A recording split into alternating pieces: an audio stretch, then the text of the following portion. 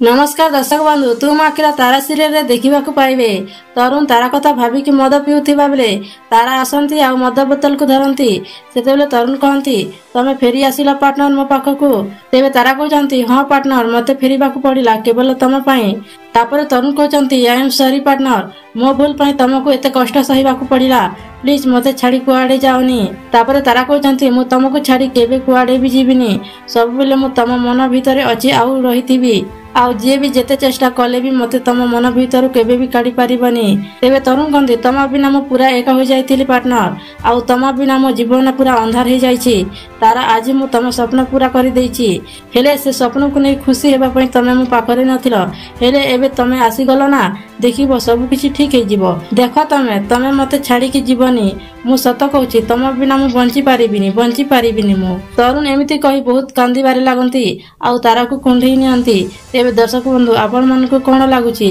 तरुण कोन तारा को भूली अन्य काहा को बाहा होई पारिबे जदि हां ताहेले कमेंट बॉक्स रे यस लिखि जणांतु।